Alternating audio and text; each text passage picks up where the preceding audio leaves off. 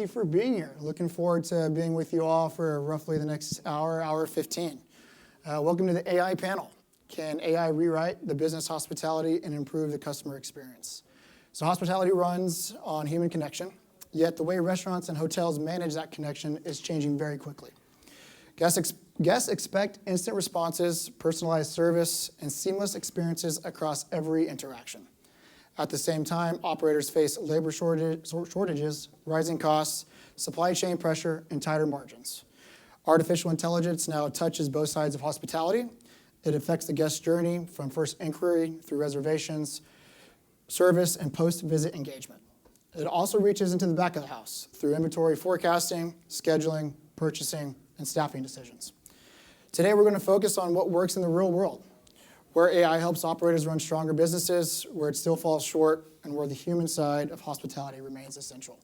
My name is Knorr. I'm the Vice President of the Texas Restaurant Association. I'm up here with three wonderful panelists today that I will introduce. First, to my left, we have Arnaldo Rodriguez. He is a Lifestyle General Manager at Canopy by Hilton Austin Downtown. His career includes more than a decade of hotel leadership experience, including 11 years with Aimbridge Hospitality. Welcome. Thank you. To his left, Brett deserves a round of applause. Let's go. To his left, who you may have seen earlier today, Ben Wolfenden. He is the founder and CEO of Mately AI, an Austin technology company building AI tools that help hospitality operators manage guest communications and reservations more efficiently. Ben, welcome. Thank you. And last but certainly not least, to Ben's left, we have CK Chen. CK is a longtime Austin restaurateur and founder of Chinter Entertainment. He is a partner behind Swiss Addict, which I've had my first date there, by the way. It's a fun fact. And Wu Chow, and has spent decades building hospitality businesses grounded in strong service, culture, and community. Welcome, CK. Okay, so today's panel, we're going to be breaking this out into segments. So without further ado, we'll jump right in. The first topic we're going to be talking about today is where is AI creating value? Arnaldo, I'm going to start with you first. From the hotel perspective, and you also have a restaurant on site, where is AI creating the most immediate operational value today? In guest experience or in back of the house operations? Well, first of all, I want to thank you for inviting me to this excellent event and be part of this great panel. To me, technology is truly making a huge impact on both areas. However, back of the house has been historically, we've had technology for a longer time nowadays, so it's been proving that it works. What I would mention is that it's always going to need the human touch, right? The technology is always going to be a tool that's going to help you maximize revenues. One of the big pieces in the hotel industry is revenue management, and I'll just give an example. I mean, we do utilize this technology since being a 24/7 business, we use this technology to help us maximize our revenues from demands, trends, pace, and historical data. Times have changed. Our industry has evolved. I mean, it's been 6 years since COVID, and that was a brutal experience. But I would say that, right nowadays, you have ownerships and operators that are looking to make the most out of, getting the revenue per available room as high as possible, but sometimes that's not the answer, right? I mean, we still got to pay bills. Mm-hmm. We still got to keep the doors open. So AI is going to think it's smarter than you, but at the end of the day, you control what they do and give them the guidance to what strategy you're playing with. So that is on the back end. On the front end, it's a newer technology. I mean, there's so new AI agents, mobile check-in, digital keys. I mean, there's so much coming out that it's truly working and helping us be more efficient. Always think about this. AI is there to support us with the operational challenges so that we can focus more on the human touch in hospitality. Yeah, something we discussed leading up to the panel was that AI is meant to be a supplement to your business, not to replace some solutions to your business. Arnaldo, a follow-up to your question, to the question I just asked you, what operational pressure makes those tools most valuable right now? Can you repeat the question one more time? What operational pressures, what pressures are you feeling from your business that make these tools very valuable at the moment? So at the moment,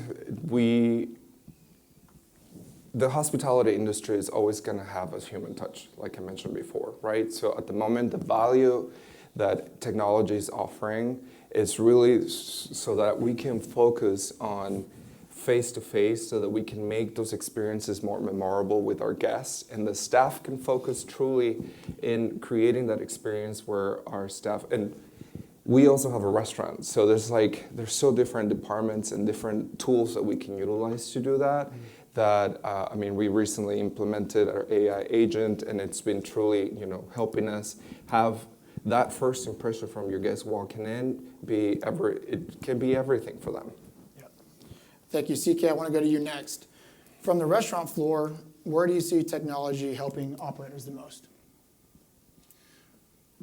So it's interesting to me. I think that what we define as technology, I think there's a lot of times, we focus on the word tech a little bit, a lot, a little bit too much. It's kind of like the notion of a blender was technology at one point in time, and at one point somebody sat there and says, stop, don't use the mortar. You have to use a mortar and pestle, or else you're not doing it right. And then somebody got a Robocoup and stuff like that. And so, from a technology perspective, I think that for us, we just have to think about it from a focus of where the core is of what this use of technology is. And I think that you nailed it right on the head, which is talking about keeping the humanity while accelerating the efficiency and accelerating those kind of things. I think that the hardest part for us to navigate is, I think that there's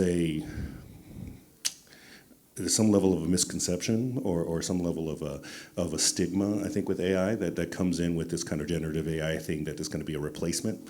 And I think that the notion is really more of treating it as something that just don't ask it to do something that it's not supposed to do. I think I used to joke about how a chef, where somebody might sneer or turn their nose up at somebody using a microwave. Sorry. No, using the microwave as a cooking utensil. And it's like, well, it does a lot of things really well. It boils things quickly. It melts things quickly, and so there's things that it could do and things that it shouldn't do, and utilizing it for the wrong thing will definitely yield a result that it shouldn't have. And so for me, I think that being able to separate those things, I mean, predictive reading of I jokingly, I do a lot of, at this point, mostly my day-to-day involves a lot of consulting, and I call it reading the tea leaves a lot of times when I'm looking at P&Ls and I'm looking at different people's operations or SOPs or anything like that, and I'm reading the tea leaves like some sort of soothsayer and trying to find patterns through 20 years of experience, and having a way to accelerate that, or an AI, some sort of accelerant to help me identify patterns, is a very powerful tool. And I think that's something wonderful, as opposed to necessarily using AI to kind of remove the soul of a restaurant and say, hey, look, why don't you just spit out to me a blurb or a recipe or something, and then we can do that and do it that way, which is not, I don't think anybody's trying to do. Right. So where would you say it still falls short in real service life moments? I think where it falls short is I think just as we said, I think if people are trying to utilize technology or AI in any way that replaces the core of what hospitality is. I think there was a shift a few years ago. I remember we used to call it service industry.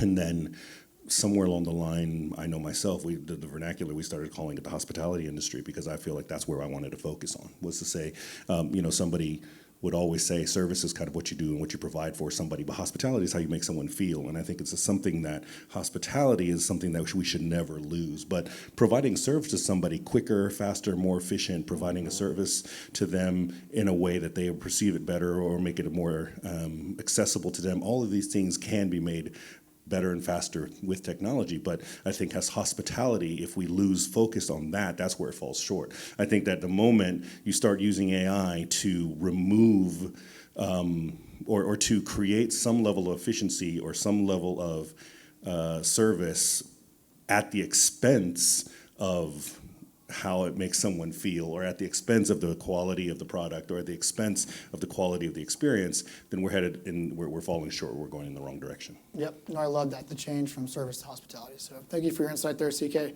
Ben, I want to go to you, and I'm curious to hear your take on this. When restaurant owners reach out to you what operational problem usually starts the conversation? It's a really good question. And I think looping back into what CK was saying, how hospitality is how you make someone feel, right? So you have a restaurant, you pour all your blood, sweat, and tears to make sure that it's a success, and you serve the most outstanding food you can possibly do, and you market the company. But for some reason, the first experience a guest has, especially at least 51% of the time in the US, is that person calling the restaurant because you've done all of these things so well, but no one's there to pick up the telephone. So that's the first time this guest can experience your hospitality is you not picking up the telephone. So what we're really seeing at the moment in Mately is an increase of demand of everyone's good marketing, the influx of telephone calls into the restaurant, but while trying to withhold the amazing standards CK and Arnaldo have within the restaurant, is being able to provide as good service to the people on the telephone at the same time. And I think pre to AI, it was almost impossible because you can't be spread too thin with razor thin margins, labor turnover, and staff so hard to get anyway. So it's like this hot pot of tensions within the restaurant that I think has been alleviated by AI, by being able to just focus on the top of funnel, getting the diners into the restaurant, making them feel welcome and that you want their business. And then as soon as we've done our part, we put them to CK or Arnaldo, and that's where they start getting that feeling, the ambience of a restaurant, how a server treats them from the get-go, all the way down to their meal and obviously leaving the restaurant. So that's where we see the biggest operational pain point is the call volume versus the staff in-house to be able to cope with that demand. Yep. I'll add a little bit of context from my seat. So at the association, we work with a lot of restaurants that are so saturated by technology companies because their main job is to serve their customer and create repeat guests. Having a company like Mately or any other technology solution alleviates those pain points to where they can start focusing on what they're there to do, which is to serve those guests. So I just wanted to touch on that. And to wrap a bow on the first section, it seems like there needs to be a healthy balance between AI and that human component. And I think all three panelists agree with that. So moving on to section 2 of today's panel is about AI and the human experience. This is a good segue. CK, I'm going to start with you on this one. Hospitality depends on human energy in the room. Where does technology strengthen that experience, and where does it weaken it? So I think we struggle with that even on a non-hospitality side, on a non-restaurant side. I think we struggle with that as a civilization now with technology. We are one of the more connected, like loneliness is an all-time high, and we are connected with people across the world. It's weird. I can talk to somebody on the other side of the planet and instantaneously, and yet somehow people feel like they can't find people to talk to, and we feel very disconnected. Hospitality is in a similar situation. My restaurant 10 years ago was one of the first restaurants to trial the handheld POS systems. The systems that they can bring by the table. We tried it, and I cut it off minute 1. I sat down, told the server to come by my table, use it, and let me see what the experience was, and I hated it. I thought it was completely antithetical to what we're trying to do. And what it was as I was sitting at the table, and the server came up, and I'm just going to show y'all. Table came up and talked to me and was looking down at this handheld tablet. It felt like they were texting while they were talking to me. It felt like they were focusing on this tablet, and they weren't making eye contact with me. They weren't talking to me. Even when they were communicating with me, the natural tendency, because of our kind of tie-in with these handheld devices, it naturally kind of fell into order. And so it was an interesting dynamic that I found, was that somebody would come in and be like, what's the special? And they're like, well, the special is this. How's that taste? Well, I really love it. I think it's great. And I was just like, what in the world is happening? And so I 86'd it. I said, hey, look, we can use these handhelds to be more efficient. I'll put them in the service station, or you're allowed to keep it in your apron. And you can use it the moment you walk away from that table, save you 2 minutes of walking or a minute of walking or something like that. I said, but I don't want you to use it at the table because it removes the human interaction at my style of restaurant. Now, there's plenty of opportunities now that you see restaurants that use QR code ordering. That's something that exploded over during COVID and everything like that, of necessity. If you're the type of restaurant that needs that level of efficiency, great. If that's a place that wasn't intended to have that interaction between server and guest, fine. But for us, I think that's where that human interaction, that human experience is quickly lost, is if we sat here and said that this can completely take away this part of the business. And I think that it's important for us as operators, or even as guests, or even as owners, that we look and see what our ultimate goal is. What is the end game for this technology? Is it worth saving 45 seconds in efficiency if we lose the connection, the human connection that comes from that? And so that's where the question turns to. Yeah, no, thank you. That's a good point. I think people go to restaurants for that human touch, depending on the type of establishment it is. And so thank you for your insight there, CK. Ben, I'm going to go back to you. You build AI tools for guest communication. How do you make sure technology supports hospitality rather than flattening it? That's a really good question. I think, obviously, can't speak on technology as a whole, but specifically with Mately, there is no Mately without guests, right? So what we're doing essentially is manning the telephone that would otherwise already be ringing in order to save the time from booking a guest into the restaurant. But what I would say, and something I agree with CK wholly on, is the inhuman experience. And I think we were chatting about it earlier. How I see a restaurant is very much like a person. Like it's a vessel, right, with both a brain and a heart. And the heart of a restaurant is the operators, it's the owner, it's the guests. But ultimately, the heart has to have a functional brain. It is a business at the end of the day. You do need to make money, otherwise this amazing creation will quickly go away and people won't be able to experience it. So I look at AI, or Mately in general, however you want to cut it up, is the membrane between the soul and the heart of a restaurant, and just narrowing down all these inefficiencies to be able to increase profit margins to keep these restaurants running for longer. And then equally, the flywheel effect of that is more guests come in because of AI, with out-of-hours calls and busy call times. The guests get a better human experience from these guys. The customer has a better experience, so they tip more.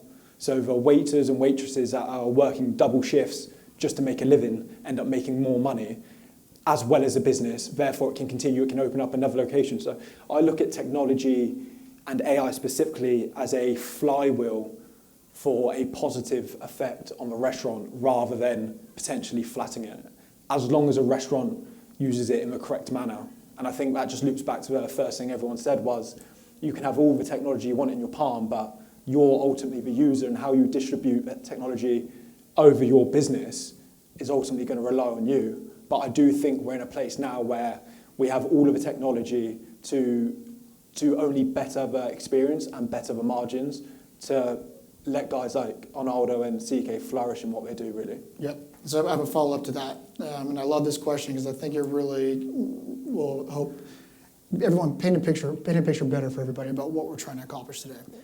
When should the system step aside and bring a human into the interaction? Is that for Mately and that booking specifically, You or can just split AI? it up with Mately, and you can split it up generally as a whole throughout AI. Perfect. So within Mately, and I think when we were setting up for these guys, one thing I was very conscious of is your high-ticket events.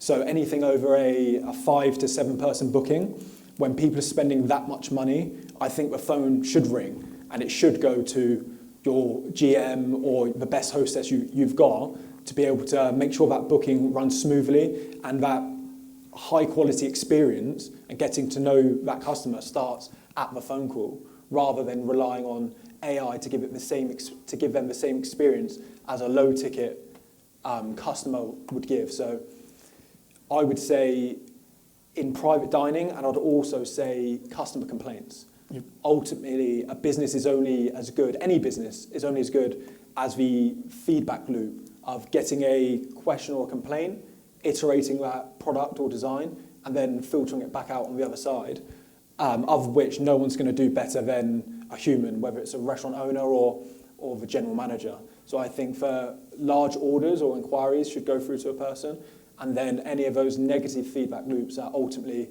the restaurant needs to fix should also be going back to a human, I'd say. Great. Do you want to chime in on that? I saw you wanted to speak. So yes, but it was on the previous question where Mainly, truly, one of the biggest pieces for me, particularly with Mainly, was the data that it provides. I mean, as an operator, it truly helps me understand how my business is doing by how many calls are going through. You can see conversations. You can see what really people are looking for.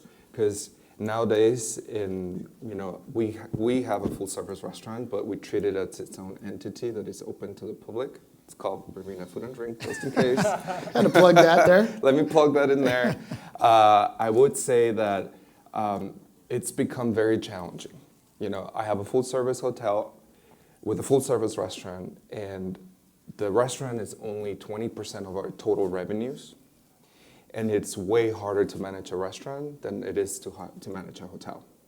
So just to put in perspective, so as many tools as I can get that's gonna help me coordinate and daily operate the restaurant, I'll take them, right? And it's insane how much information you receive, and you can see your conversations, and you can see live conversations that's happening between AI and the guests through your portal. So it really helps operators kind of analyze what your customers are wanting. And my point was, it's a tough moment for restaurants, especially in Austin, Texas, or probably Texas across the board. So you have to think out of the box, how to bring more revenue in, and Mainly definitely it's a great tool for that. So to provide some data on what Arnaldo spoke on, some recent statistics came out that a little bit over 50% of Texas restaurants reported that they were not profitable in 2025. And so that's a staggering statistic, not only for my role at the Texas Restaurant Association, but I'm sure for operators here on the panel and operators potentially in the room. So it is important to really fully understand, where are you losing sales? How can you capture more sales? How do you drive more traffic to your restaurant? And in some ways, technology can help supplement that. So I just wanted to mention that. And Arnaldo, thank you for sharing that as well. We need you guys to drink more. Yeah, alcohol sales are down too. That's trending downward. Drink more, downward. please. Okay, so that wraps up section 2 of today's panel. So we're going to jump into section 3, which is really diving into back of the house operations. Arnaldo, we'll start with you on this one. So hotels and restaurants as well, but they manage staffing, demand, operations across many departments. How do you think AI could help forecast demand and improve staffing decisions? So forecast it's a key tool for us when it comes to technology is a key tool for us when it comes to forecasting. It doesn't just do revenue management, but it helps you understand what trends are happening, what pace, what changes your demands or the market is having. However, even though the technology is rich in data, there are some variables that could happen. So that is our part, that is our job, to make sure that we have technology understand what our market needs are, and also what our strategies are too. Because on the hotel side, you can actually guide AI to, hey, I am not taking anybody that's looking for less than 2 nights. So I'm only taking 2 nights. Yeah, but you come last minute, I have to sell those last 5 rooms, and it's 11 p.m. And AI is still going to stick to that restriction, right? But it's my responsibility to go in there and remove restrictions so that we can sell those last few rooms, so we can meet thresholds and make the brands pay us. So That's interesting. When I first started my hospitality career, I worked in hotels, and the whole AI component on restricting room nights was not available then. So I just learned something new today. So that's great. CK, going back to the restaurant side, labor shortages remain a major challenge. How might predictive tools help operator plan schedules more intelligently? Man, it's tough. I think that there's we're an interesting industry. I've said hospitality is interesting because we really tread, I can't think of another industry, maybe medicine, that treads altruism with capitalism as widely as we do. The example I give, ironically, is Chef Jose Andres is in town right now, and he's one of the most celebrated chefs on the planet. The 0.001% of people on the planet that got to eat at his restaurant, at the best restaurant in the world for a while. And then he shifted over, and now he's cooking at war zones and helping people at the most desolate areas. And so the point, whatever percentage of the people on the planet, like both sides of this world, of the people who need it the absolute most and the people who need it the absolute least, have a chance to eat this incredible chef's food, right? And I think we're in the same position, meaning, like, from the when I'm balancing my labor, this is the problem which I think needs more sophisticated than a difference engine, than a different, just like pattern recognition, is because I remember even early on in my career when I first opened my restaurant, and I had arguments with my partner who was very, very profit driven, and it was like, our labor percentage is high because we had a slower week. And I'm like, if I cut 4 hours off of this in order to make my numbers, I'd have to cut 4 hours off of my dishwasher's paycheck. That 4 hours really doesn't move my needle all that much, but it moves his a lot. And that was a manual decision that we would argue about, saying that number is arbitrary. That target that we're trying to do is not real life. It's not, me cutting this might require this person to find another job. It might require this person to not eat that week, or whatever number of things. And it's the same thing. We're dealing with that in Texas right now. Mm-hmm. I think it's like, in a weird way, we're celebrating, but simultaneously getting very, very nervous about the constant rise of labor. But for years, we were getting away with $2.13 an hour plus tips. Yep. And all of us, even those of us who are very progressive minded, are still in the back going, so are you going to go ahead and jump it up to $10? And I was like, I don't know if I can. I don't know if I can about 500% increase in my labor overnight and stuff. And so, but the market has created that need, and we're trying to figure out ways to establish with that. So, so when we're talking about where AI can come in to help this labor shortage, I think what I'm looking forward to, that I've used it for, is again, speeding up something that you already know how to do. Mm-hmm. I've used it to consolidate training materials. Where it saved me, generative AI, not necessarily lately, but where I've saved a lot of time for me was, it used to take me an hour and a half to look at all my training materials and put together a 10-question quiz for my servers to take, right, to constantly check their knowledge. It'll take generative AI 10 seconds to do that. I plug in my entire training manual and say, knock out a 10-question quiz plus the answer key for me, and get that to me, and I can have that by the service that evening. But it's something that I already know how to do, and it can do that for me, as opposed to necessarily me having it teach me something. It's like something that I'm teaching it and doing it faster.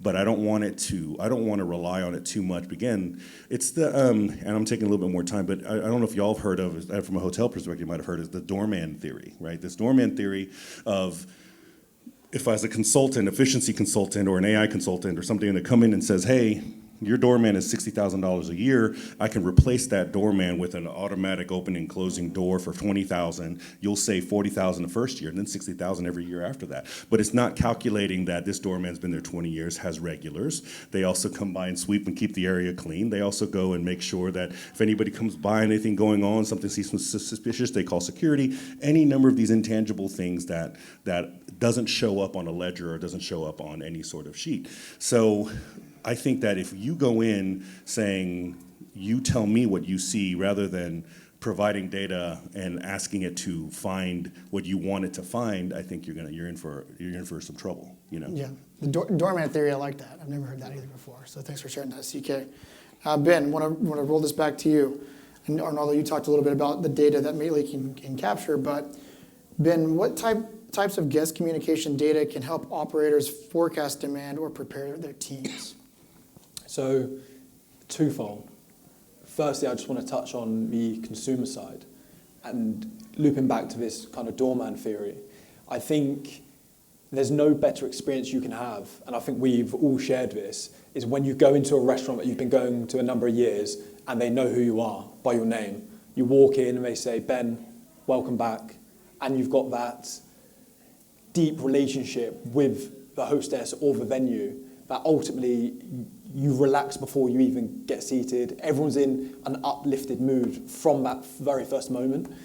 And I think that's one thing we're implementing, and we've spoken a lot about the data we can collate, is ultimately we're making, on the background, all of these personalized profiles about every single person that makes a booking or a phone call via Mately.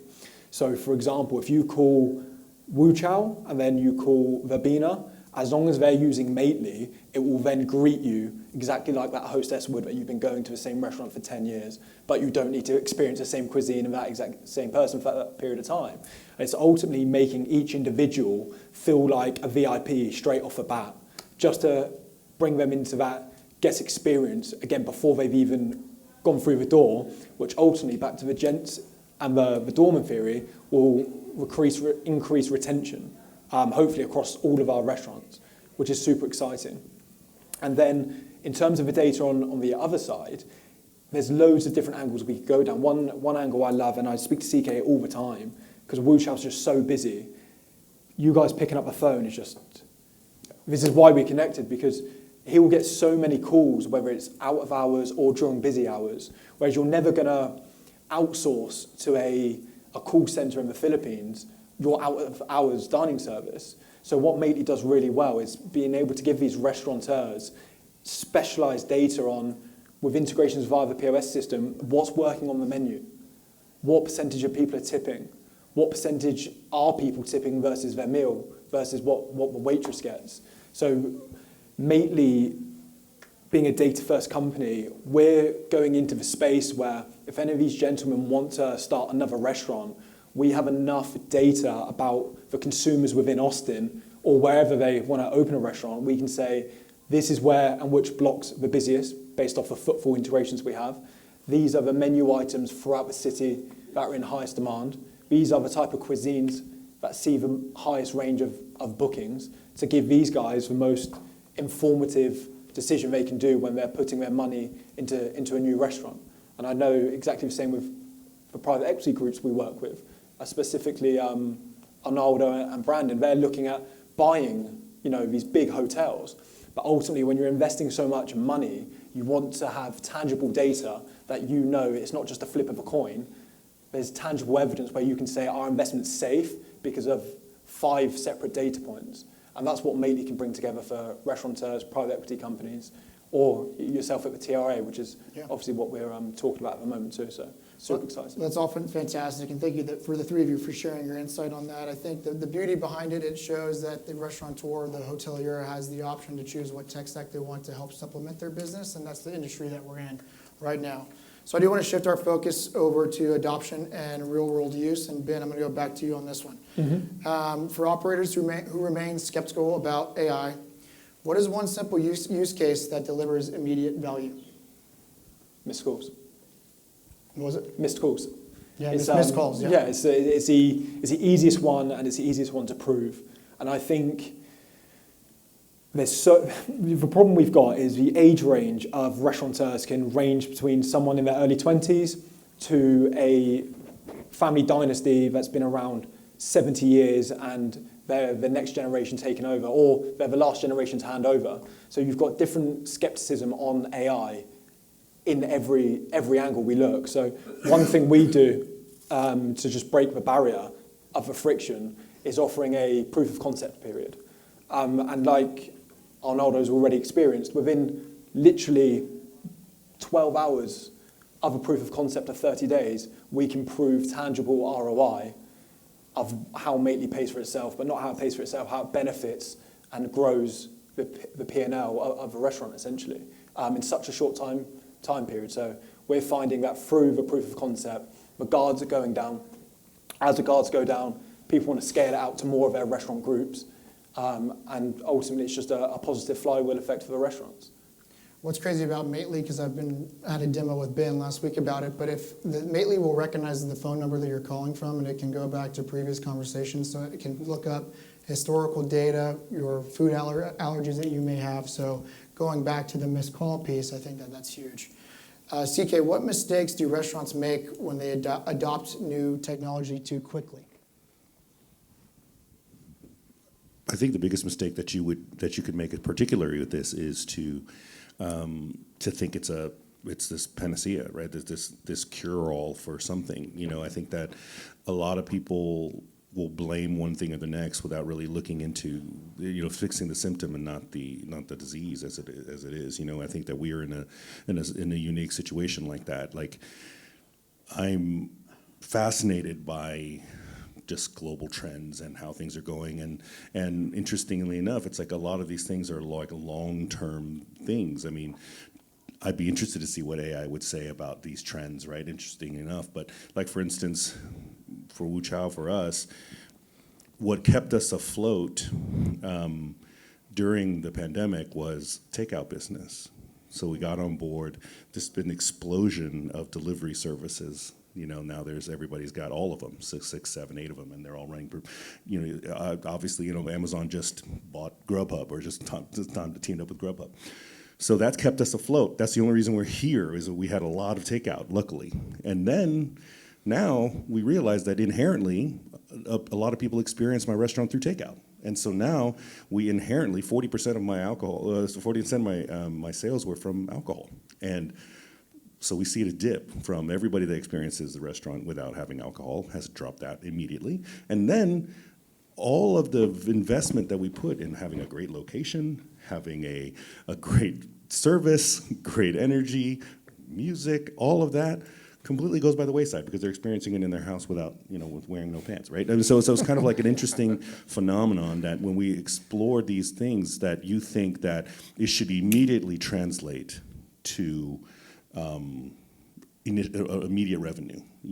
I think KPIs are very, very important in our world. I think that that's something that we've talked about a couple times up here that I just want to chime in on, is I'm very, very much not a revenue generation, a top-line revenue person. I think it's important. I think it's a data point, and I think it's really important. And I'm really not even a profitability kind of driven person either, because I try to look at that as an efficiency quotient. I look at that as saying how good we could possibly do because of what I'm trying to execute here.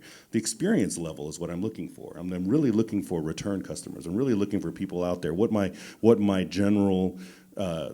general exposure is out into the world, what people are thinking of we are. That's why, again, the altruism concept of what am I doing in my community? What am I doing in all this other stuff? A lot of these are the factors. And so this notion of this thing coming in and immediately just fixing everything in your whatever's going on, like if you put in something that forecasts back a house, awesome. Point of sale company. Or something, but then you have a terrible company culture and they're all stealing from you. It doesn't do anything. It's like these kind of things are, or now that you're not answering the phones anymore, we're just relying on that data point, and then the guest, when they arrive, has no training on how to receive them. Like, these are things I think that the biggest mistake we can make is to treat this as some sort of panacea in some sort of way that this will fix anything beyond that of just, again, making something more efficient or making something happen faster, more accurately, or like you said, make your brain a little bit stronger. Give somebody, like for me, that have a natural gravitation towards, I bartended for many, many years, I'll remember what you drank before I remember your name. You'd show up and I'd have it ready for you. But if you don't have that ability, then we have a company like Mately that can sit there and say, the little chit that pops up and says, hey, that's so-and-so, that's their favorite bottle of wine, ask them if they want that, and it just gives the illusion of that. And then if you use it properly, it'll translate. But if you just rely on it to do it on its own, I don't think it's going to do anything. Yeah, it's a safety net. I think the proper onboarding and tools and resources for any technology anyone adapts is critical to the success of the launch of that technology. We're going to switch to data and guest trust. Arnaldo, I want to start with you on this one. Guests share more data than ever with interacting with hospitality brands. I'm not sure if you all know that out there. How should companies balance personalization with privacy? We all know that when it comes to privacy, we understand. Nowadays guests truly, have higher expectations. So technology really helps us collect all that data and use it with responsibility. I always like to say that we have 4 different pillars that we like to use. which is transparency, consent, responsibility, and cybersecurity, right? So, I mean, it's okay to ask guests for information. They already know what the purpose of it is, and they know it's being shared. So perhaps my hotel, Canopy, is part of the Hilton brand. So we share the same loyalty program, and it's one platform where we actually notate and add all the information about our guests' preferences, events. I mean, they love it when they walked in and it's their birthday and you have a little treat in the room and like drinks. So all of that comes along with the information that's being shared. And the moment given is, I mean, they're consensually giving it to you, but it's also our jobs to be responsible how we utilize that information. And when it comes to cybersecurity, just make sure that your systems are up to date and that we up to whatever your company's protocols are, so that we protect our guests. Yep, totally agree. Ben, on the AI front, how should AI systems communicate with guests in a transparent way so people understand what is happening? I think that's a really good question, and I think you answered it really well. We are quite malleable to what the restaurant wants. So when Mately picks up the telephone, if I'm completely honest with you, if you didn't tell someone it was AI, it probably wouldn't know. And we leave that down to the discretion of the restaurant, essentially. But to loop back in how transparent companies are, especially Canopy, is they've changed the voice on the AI system to say, when you ring, welcome to Verbena, it's your F&B virtual enthusiast. How can we help you? So it's being upfront with the customer that, A, you're talking to a non-human, we're collating your data, but ultimately if you want to speak to a human, all you've got to do is ask and you get put through. So it's not a strong guardrail for either side of a coin, really. So again, it depends what the hotel or restaurant wants, and then ultimately it comes down to the customer. If they want to speak to a person, they get put through to a person, which I think is important. And it's cool because you get to use, you create your own greeting where it really sounds like a real person, to be honest with you. So when we implemented ours, it's just like we use Canopy lingo because Verbena is still part of the hotel. So, and just to explain a little bit of the greeting is, the hello there, it's Canopy lingo, and then all of our talent or staff, it's called enthusiast. So my title is chief enthusiast. So F&B enthusiast still goes with what our branding is. Do you mind if I just chime in on that? Yeah, absolutely. Just from the other side, it'd be fascinating to know, was that a conversation you guys had internally when you were setting it up? Because you've obviously changed what it originally said. So was that a conversation of, we want to be super transparent? How did those questions come up and what were the answers? So meeting with my team, I'm all about promoting Texas, right? I wanted this to sound more of like local. If it was for me, I would have put like, hey y'all, or howdy, or like, that was kind of like what I wanted to do. But my team, I always try to take in consideration what my team has to say. So we agreed to like, hey, let's just utilize some of the Canopy lingo, make it, because all of our servers, if you walk into a restaurant, all of our servers are gonna have a bamboo name tag and it says F&B enthusiast. Or if the bartenders, there's gonna be mixology enthusiast. So it's part of our entity. So we wanted the AI agent to also be part of our team. I utilize it as not necessarily a replacement, but also just as an addition to our team. So. That's great. So I'm just looking at time. I want to respect everyone that's here. So we're going to jump ahead to the next section, which is our final section, which is looking ahead. Ben, I'm going to start with you. Looking 5 years ahead, which part of hospitality operations will change the most because of AI? There will be humanoid robots and there'll be no staff. No, I'm joking. I always think people overestimate the short term and underestimate the long term. And I would still say 5 years is short term, especially where we're seeing AI go. Although it feels quick in the moment, I think the restaurant space, and I'd love to get your thoughts on this, CK, as well, but I think the restaurant space will be one of the last ones to see any big impact in terms of replacement of AI to labor. I think the most you're going to get at the moment is the AI sit on top of a physical function, which is a restaurant, and be able to contextualize all of the fragmented data that's already in the system. For example, your reservation system, your POS systems, all of your P&L systems, the room systems. As long as you can filter all of that data into one place that these guys can get at a drop of a hat, whether that's done via text or via speech, I think that's where we'll ultimately go in the next 5 years. I don't think you're going to have robots running around just yet. CK, you want to chime in on Yeah, that?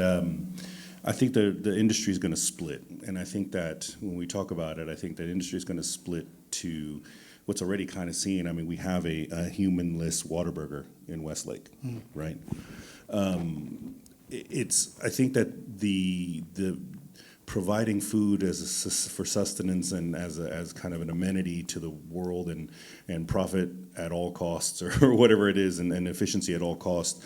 I mean, I think that there's some opportunity there. I think that if you really think about it, in my earlier conversation about altruism, I think that this is something that could be very, very much used for situations that we might need to produce quite a bit of food very efficiently at nonprofit level, and it might be very good for a scenario of some disaster situations. I mean, it's interestingly enough, like when during COVID, there's a huge percentage of students, kids in Austin, and I think all over the country, that get 2 of their meals a day from their school systems. And so when the schools shut down for breakfast and lunch, a lot of these kids were in a food scarcity situation, and our restaurant, we got the first call. Like, we had everybody calling these restaurants to sit there and say, can we kind of pick up this? World Central Kitchen was one of the ones that helped lead that charge. And so now, like I said, it's interesting enough, you have a 5-star chef out there, making macaroni and cheese for 2,000, students as much as you can. I think that's something that I hope that somebody's thinking about using an AI system to knock that out and figure out a way that we can automate that and sit there and drop off a pod into a zone that can knock out food for 2,000 people at a very low labor, very low cost, very low need. And I think that separates the entertainment side, which I think is more kind of on our side, which we're in a very luxury situation. I think that we're in an unusually position, like I said, that not only are we providing a basic need, everyone needs to eat, but it is a luxury. It is completely an expense. It's an expense that I think that a lot of people can cut out of their life that won't detriment their life that much. It will, but like I said, I admittedly said that might be the first thing that I would cut out if I got into a very bad financial situation. That's probably not going out to too many super high-end meals anymore, and I see a lot of people do that. And so I think that in the short term, those 2 things are going to split, and I think that the people who need efficiency at all costs are going to run with it. So I can imagine these large chains, large giant things are going to go very, very tech-driven, and try to illuminate. Perfectly okay with eliminating the human component, but we are going to try to pivot and do exactly what you said, which is try to lay that over on top of it. I think transparency is key. I think that is the most. I love that you're doing that. I think we are bombarded by so much data and information as consumers. I was joking about it with somebody earlier today about, you ever talk to somebody like a call center and they have that fake lady typing? Who's the first person who pretended who's like, we need to throw in this fake typing in the background? And I was like, what? Like, it's just, to me, it's asinine. Like, I just can't wrap my brain around a group of people in a room that was like, that's what people need to hear. They need to hear that we're pretending to type while they're on hold for 45 minutes just screaming, can I talk to a human, And I'm like, no, you just sit there and say, this is what we're here for. I've got an FAQ that used to have 10 things, but with AI, now it answers 10,000 questions. But if you want to talk to a human, here, this is what, and it just facilitates that. And I think that is key to what we do in hospitality. I can always say that not so much of what I do is manage expectations. I think that managing expectations is key. An example, and I get long-winded a little bit, but I use this a lot, is this. There's a restaurant that had a cheeseburger. And the cheeseburger that they had was a mix of lamb, pork, and beef. And they made this up, and because of that, they had to cook it to like a medium well. And I remember ordering the cheeseburger, and I was like, this is a terrible cheeseburger. if you would have called it a meatloaf sandwich, it would have been delicious. Because that's what it was. It was a meatloaf sandwich. Yeah. My expectation was a cheeseburger. This was an awful cheeseburger. If you would have just let me know that this is how you make your cheeseburgers and actually manage my expectations, my experience would have been wonderful. And so this idea of lying to someone, going, hey, I want you to feel like we're still talking to a human, and so let's make this as human as possible, I think that that's a huge mistake. I think we sit there and say, look, it might disarm you to have a voice that's not robotic and it sounds better to your ears and it kind of releases, dopamine, all this other jazz and all that stuff. But at the end of the day, tell somebody that, no, you're talking to an assistant, and if that's not your jam, this is how you get off this train. Yeah.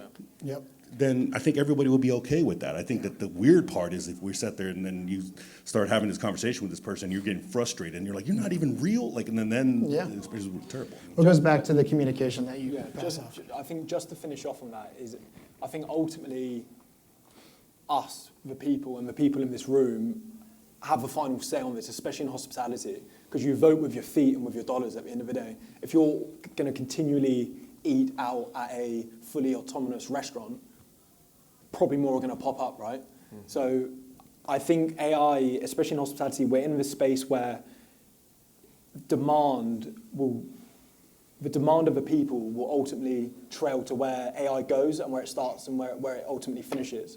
So I would say when you go out to eat next, or you're looking to go out with your partner on a weekend, be very, very conscious of where you're putting your feet and your dollars, because ultimately every dollar you spend will go back to businesses like us and private equity companies that are looking to see what the future holds and what we can innovate. And if you guys are continuously eating where it's all robotic and all AI driven, don't be surprised in the next 5 years there is no staff in restaurants. But ultimately, if you guys keep eating with the guys here, that will obviously slow down progression. So that's what I'd say. Be mindful that you guys are the ones choosing where we go with this. So it's down to everyone. Very well said.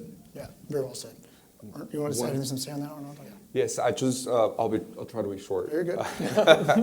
I think that there's a thought that I love sharing, and I think that if we go back to our teams and just when technology really started improving and being more active in our workspaces, people were scared of replacement, losing jobs.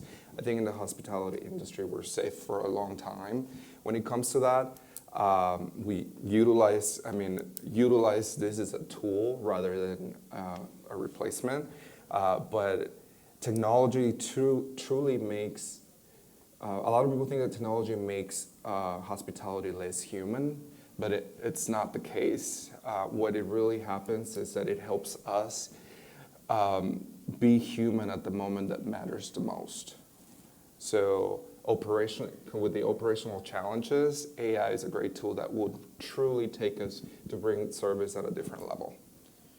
Okay, so I do want to open it up to questions, but before I do, we're going to do a final rapid fire round. So I'm going to ask each of you one question. Rapid fire. Yeah, rapid fire. And I'm going to ask each of you a question. All I need from you is one quick answer, and then we'll open it up to our audience for questions for the panelists. Sound good? All right, Ronaldo, I'm starting with you. One AI capability hospitality leaders should explore today. Just try to find an intelligent tool that's really going to help you meet your goals, and that's really going to complete your focus on your performance or your business goals. Okay. CK, one part of hospitality that should never be automated. Oof. It's not quick. Yeah, that should never be automated. The creation. Mm-hmm. I think creation of anything, experience, food, drink, any of that, comes from a different part of the psyche. Totally agree. Mm-hmm. All right, Ben, last but certainly not least, one AI trend operators should ignore for now. Ooh, that's a good question. That's a tough one. That they should ignore. Ignore, yeah. I haven't really talked about that. You saved us for last quickfire. That they should ignore. It's hard because I've got lots of friends here, especially with AI businesses, right? So we've got to be very, very careful. That they should ignore. I would say don't ignore everything. I'd say be very conscious of all the tools available to you. And when you're looking at these tools, make sure you pick one that you're not going to rely on, but it's going to ultimately expand your output of what you can achieve. Yeah. So don't ignore any, especially not Mately. Yeah, it's great. All right, y'all, we're going to open up to questions for those that are here, still with us. Anybody have questions for our lovely panelists today? Yes, ma'am. Like to your question. Love your heart, altruism, love it. But for Ben, do you pilot stuff like from the feedback of your customers? That's kind of one. And then for data that is coming from the customers, there's like other factors to external factors? Do you ever consider that into like an event or like, peak season versus, do you add that to the dashboard or is that manual? Perfect. So two good questions. Firstly, yes, we take all of our customers that come on board, I say to them, you're building this AI product with me. You're part of the team. Your feedback is imperative to how we can improve a product. And between some of the groups we got on board, including Arnaldo, we've added things to the roadmap that our engineering team, never even thought of, because we're not in the weeds of it every single day, whether that's just saying good morning or good evening, depending on the time, rather than just saying hello. So yeah, we look at our customers as our main product managers of bringing their feedback on, adding it to a roadmap, and then letting them know, most importantly, when their idea is going to get released. So absolutely. And if you don't mind just repeating the second question again, so I can... For example, this event, right? Mm-hmm. So it's driving business. Correct. Do you take that into account for the data that you're gathering, or is that not possible? Yes, and this is something CK said to me, if you remember, a couple of months ago, that the peaks and troughs of bookings is ultimately around the narrative of what's going on within the city. So one thing CK said to me was, you've got to be very aware that if you do a short trial period during a UT game, and there's a rise in footfall, and then the next week there's a drop-off, and they're paying for your service, ultimately, how narrow-minded some restaurateurs are, it's going to be my problem, Mately's problem. So being able to aggregate that data and local events within to Mately and the dashboard to be able to clearly say to someone, hey, your spike in revenue here was great, but it was due to these 5 factors. Next week, this is maybe what the call volume you should expect. So yeah, we try and, I hope that answers the question, but we try and wrap it in as much as we can. Thank you. Any other questions out there? Yes, sir. I have one question. It's rather for you and for you, CK. In your business, when you consider some tools, AI-based or whatever, like software, do you first consider like ready to buy or some custom solutions? And if you choose one, how you ensure uniqueness of your service, of your business? I think when it comes to the service part of our business, it's all about the culture. A lot of the times when we do the POS or the technology implementation, we really forget about the team. Instead of, we need to implement our technology as part of the team, not necessarily, bring in more work for the staff, so that it distresses, that part of the learning. But when we implement this kind of technology, we have to be very thoughtful on our process, provide the proper training, the ongoing support, and more than anything, be present. Be there with your team, and every restaurant is different. Every restaurant has its own cuisine. Every restaurant believes in its own identity, and that's the culture that you build, right? So it depends on, it falls on us, ultimately. The leaders are going to determine what the culture will be in our restaurants. And I think that we're naturally skeptical.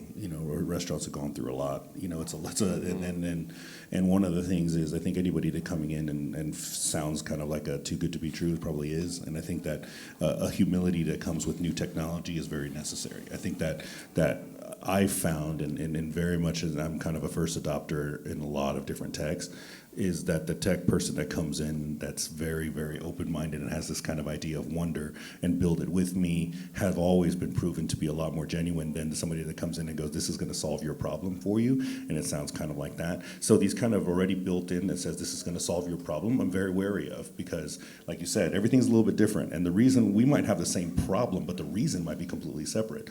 My sales might be down because I've got construction outside my restaurant, and your sales might be down because there's nobody going around that side of the thing, and so we have different ways to solve it. And so I think somebody that can come in and express in any sort of way that technology will solve it guaranteed, I think is rough. And so like this notion of a very flexible idea, I'm selling you a knife, I don't know what you're going to do, I'm going to make sure it's sharp and it's going to be durable, but you can do whatever you want with it, is a lot better to sit there and say this is going to solve everything about your restaurant and it's going to drop your food cost, because if you buy this thing, Yeah. We have time for one more question? There you go. Oh, I'm sorry, yes, sir. Well, both of y'all.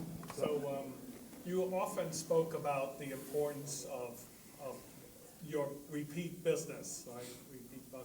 And so you have your best customers and you have your top tier best customers. Do you see that as a human interaction, or do you see technology helping you keep the mind share of the top tier repeat customer? Can I take this? Yeah. I think the hardest part is to identify who that person is. There's only so much. I used to talk about it. I have my sister who's in accounting. She's like, I meet 5 people a year outside of my office, and I said, I meet 1,000 people a week.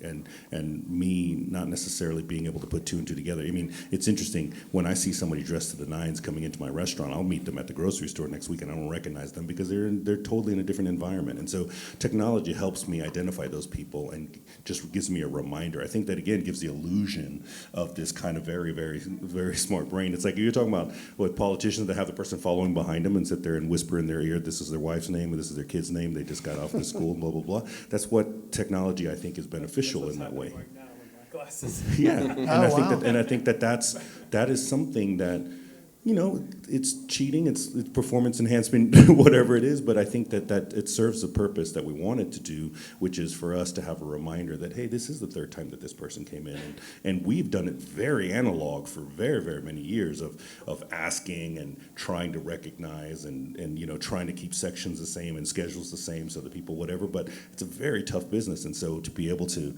have technology take over that for us is a superpower, and it's really, really powerful. Okay, one final question.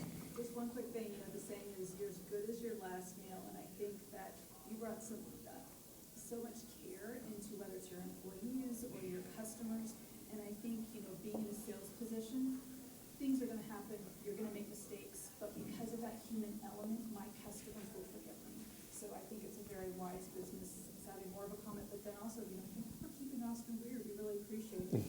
It keeps life fun, so thank you. Awesome. Thank you. Well, on that note, can we give our panelists a round of applause, please? They did a phenomenal job today.